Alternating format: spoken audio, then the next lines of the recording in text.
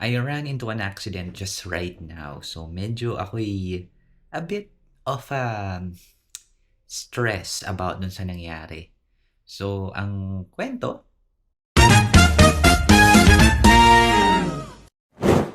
pababa ako ng aking condo. Buti na lang sa condo nangyari at hindi sa labas. So praise God to that. Also, habang pababa ako nung rampa pababa ng condo namin, meron palang signage, and since mataas yung condo ko, or sorry, yung car ko, yung signage hindi siya basta-basta makikita kasi nga pababa yung ramp, and then yung signage na mababa na sinasabi niya na under repair or construction is mababa. Tapos dun din siguro mga 5 steps away dun sa taas ng signage, in fairness naman dun sa condo, nandun naman yung guard. Okay, telling na dahan-dahan, mag-slow down, mga ganyan. Pero dahil nga yung signage is hindi siya mataas, hindi siya katulad ng isang cone na makikita ng mga matataas na car, yung mga SUV, hindi siya kaagad makikita. Um, I ran into it. So nadaanan ko siya. And something na sobrang naano ko na nagulat ako kasi hindi ko siya talaga nakita. It's kumbaga parang yung eye view level natin, dun sa mga nakamataas na sasakyan is, mataas tapos pababa pa siya. So, mataas na nga yung eye view level natin ta's pababa pa siya, hindi mo siya kaagad-agad makikita kasi nga bababa pa ng alam mo yun, pagka maiintindihan niyo naman yun sa mga car owners. Or hindi lang naman car owners kahit dun sa mga ano, dun sa mga sumasakay ng sasakyan. So pababa siya and hindi ko nakita, and na-damage na ng husto yung sasakyan, hindi lang painting.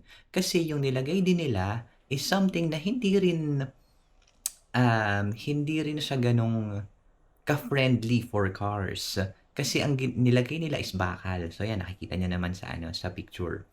Nilagay nila is bakal. And sa halip na cone and sa halip na yung orange na plastic, hindi hindi yun ang nilagay nila. So mahirap siyang makita, at the same time, mapanganib pa siya para sa mga kotse. It's just so happen na ako ang nasaktuhan.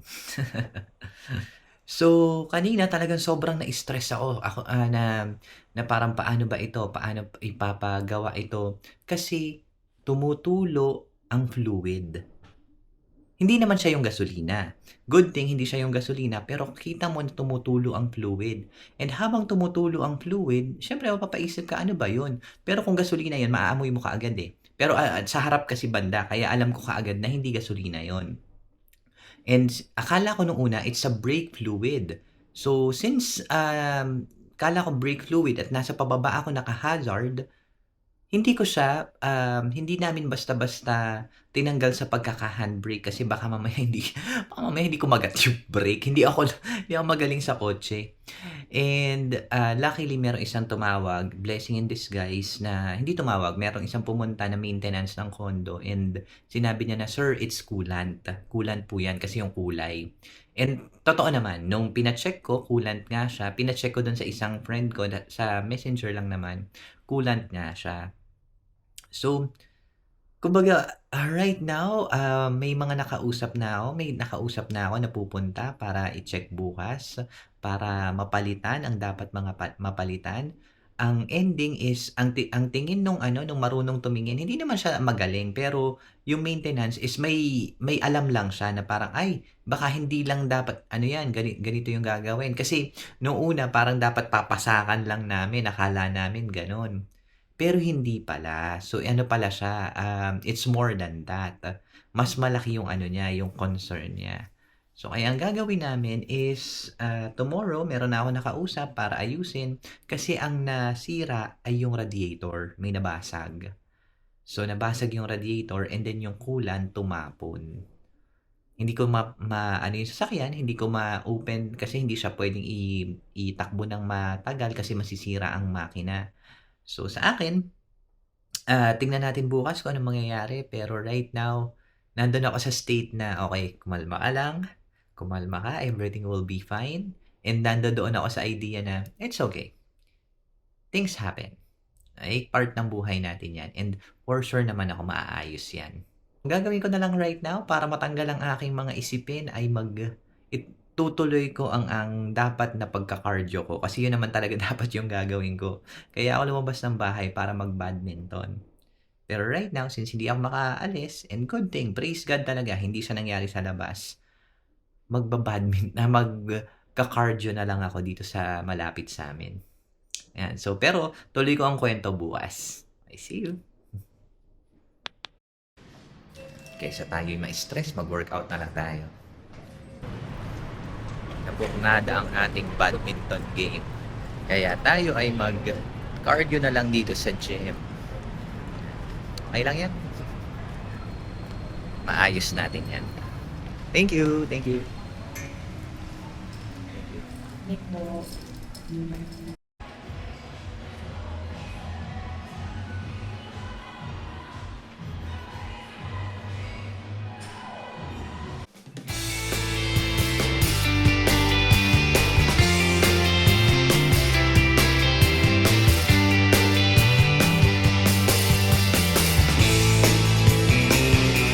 Nakatapos lang natin mag-cardio.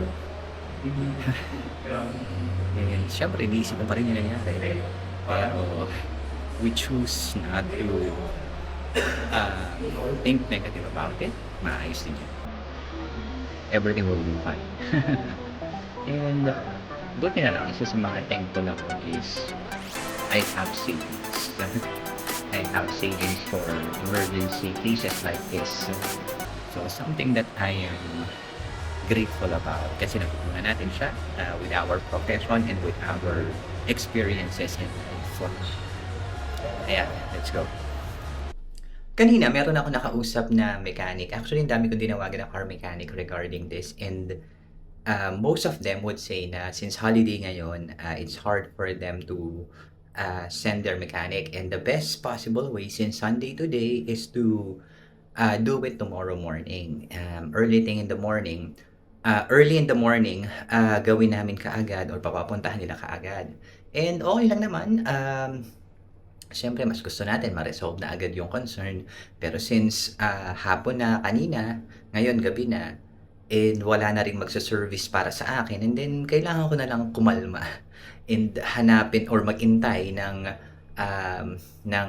car mechanic. And good thing, very responsive naman yung nakausap ko, and isa pa sa good na blessing na nangyari today is yung mechanic ay kaya niyang mag-replace ng nasira na radiator kasi most likely ire-replace na siya eh.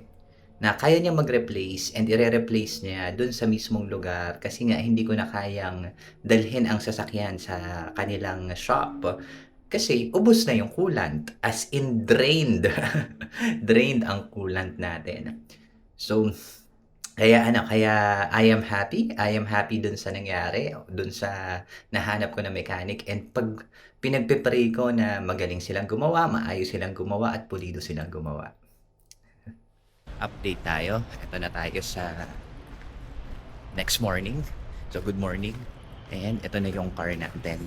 So asikasuhin natin ngayon itong pagpapaayos. Papunta na yung mekaniko.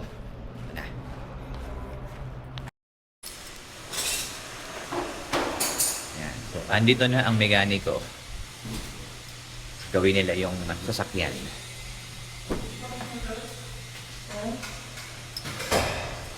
Hopefully, magawa nila. Kaya nila yan. Thank you. Praying to God.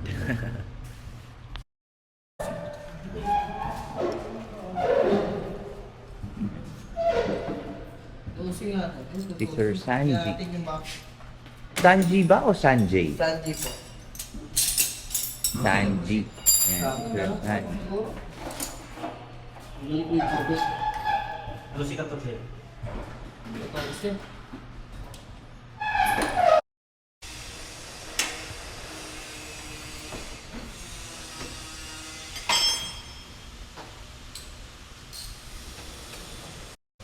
Yes po, babaklasin po ng buo yung radiator. Okay. Papalitan na rin ng buo. Sir Sanji, okay ka lang makita sa video?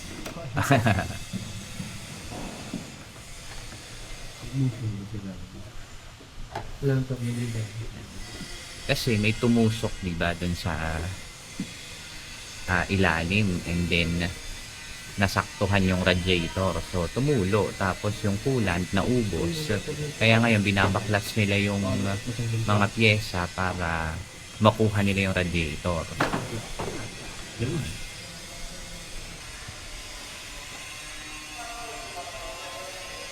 Finally, natanggal na nila.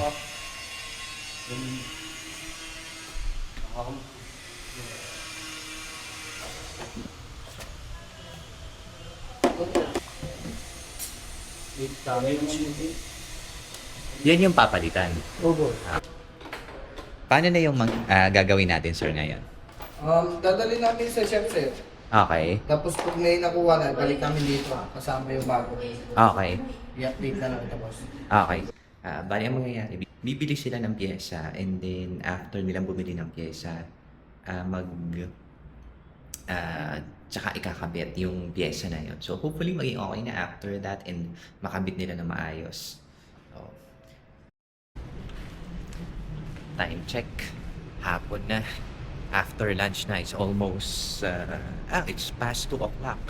Eto, nakabili na sila ng pyesa, and nandiyan na rin sila yung mga technician sa kotse ko, kaya puntahan na natin para mailagay na nila yung pyesa. Hopefully everything is fine, everything will be okay. Ayos na sila. Eto na yung pyesa. Medyo maingay lang.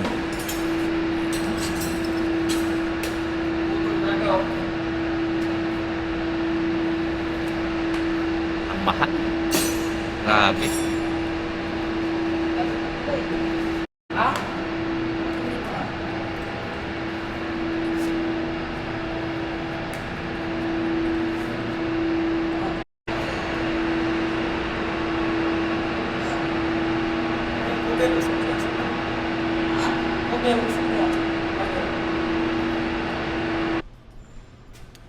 Ito na, almost done na. So, coolant na. And, eto. Ayan. And, ayan, sa baba.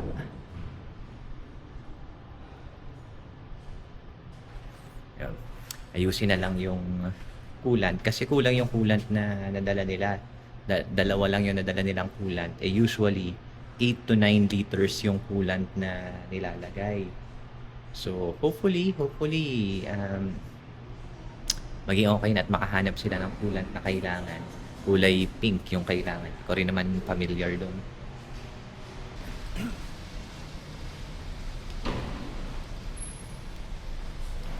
Nakabili na sila ng additional coolant. Kaya, bumalik na sila dito. Tapos, eto, pumunta ako ulit. And okay na, pagkalagay nila. Kailangan ko na lang ng drinks para kahit paano may pamatid uhaw. Ay, thank you Lord talaga. Okay na. Estimate na boss eh.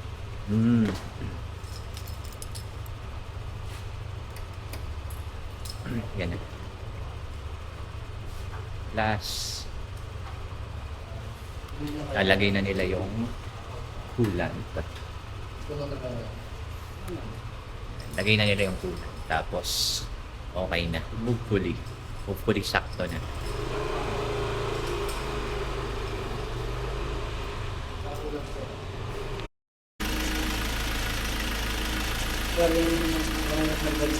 Okay.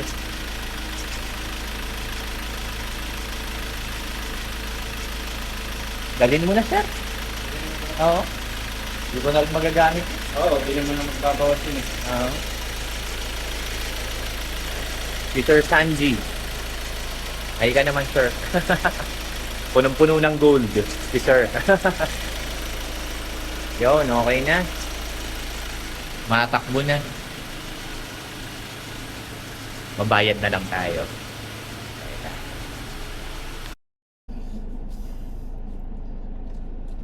Finally, okay na. Tumatakbo na tayo ulit. May aircon. Hindi naman nadali yung aircon. Maayos naman yung pagkakagawa. And thank God talaga dun sa nag-accept ng aking repair. And yun, I am happy dun sa ano nila, sa service nila sa akin. Pupunta naman ako dun sa pagpipinturahan ng kotse. Nandito ako sa talyer. Ayan, papagawa na natin ito. Yan.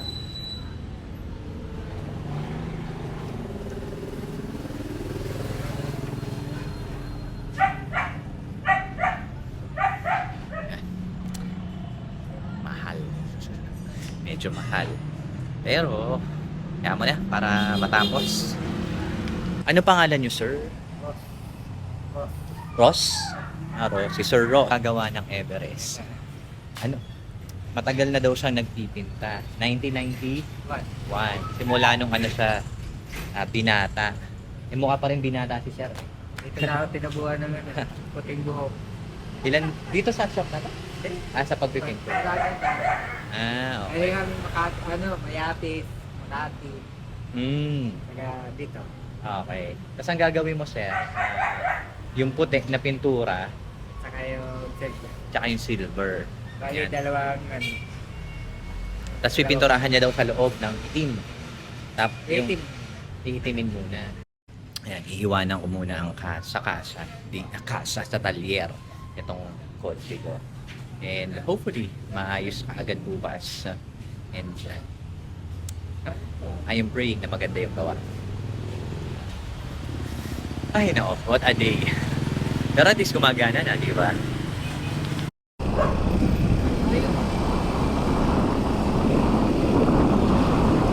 Ayan. Hinatid na ako nung anak ng may-ari ng talyer. Siya rin naman yung nagkasikaso sa akin. Hinatid na ako. Kasi nga walang mabook. And ito na. Nandito na ako sa place. So, hopefully, maging okay bukas. And sana maayos ang gawa.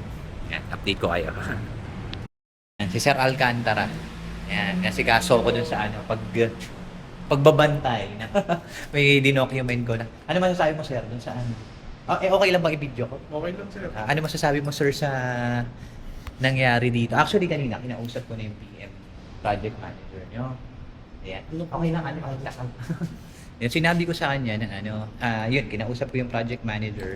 Tapos, sabi ko, yun nga, yung doon sa pababa, huwag yung mababa masyado kasi hindi nakikita. Tapos yung palitan ng matataas na orange na na yung parang yung nilagay ko kahapon. Yung signage mo? Oo, yung mas mataas siya kasi yung orange na cone, mababa pa rin siya eh, di ba? Parang, pero yung isa mas mataas eh, yung nilagay niyo eh. So, yun. Yan, sir. Ano masasabi mo sa sa Sa nangyari sa nangyari. sa sa incident? Yung Yun, iba nun, galit na siguro yun, sir. oo. Hindi maiwasan. Totoo. Actually, kasi kahapon parang nag-iisip din ako, magagalit ba ako o hindi. Kaso hindi naman ako, parang nisip ko, may kasalanan ng management, may kasalanan yung guardia, may kasalanan din naman ako. So, kung sakaling magagalit ako, na rin ako mangyayari. Ganun. Tapos sinasabi pa nga sa akin dun sa talyer, dapat daw, pinabayaran ko sa kanila. Habang pa yun, habang proseso pa yun. Sasakit pa ulo ko, ayoko nang mag-isip. Sir, salamat ha sa sa pag-aasikaso. Yan. Thank you, sir. Pauwi na ako, dinala ko na sa talyer yung aking kotse.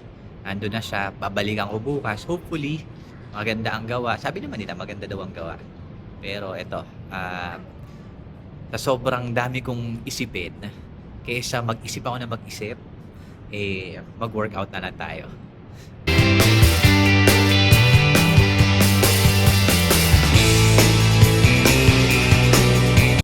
Andito na tayo, claim na natin. Kiklaim na natin ang ating car. At ito siya na okay na, gawa na. Tingnan nyo.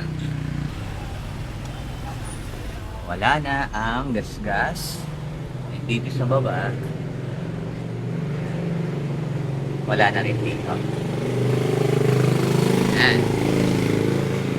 Wala na, okay na. Ayos na. Hindi ko alam, lalagay ko pa dito yung yung gastos. Ayan, so happy na. Okay. Ayun, nahirapan kayo sa paggawa?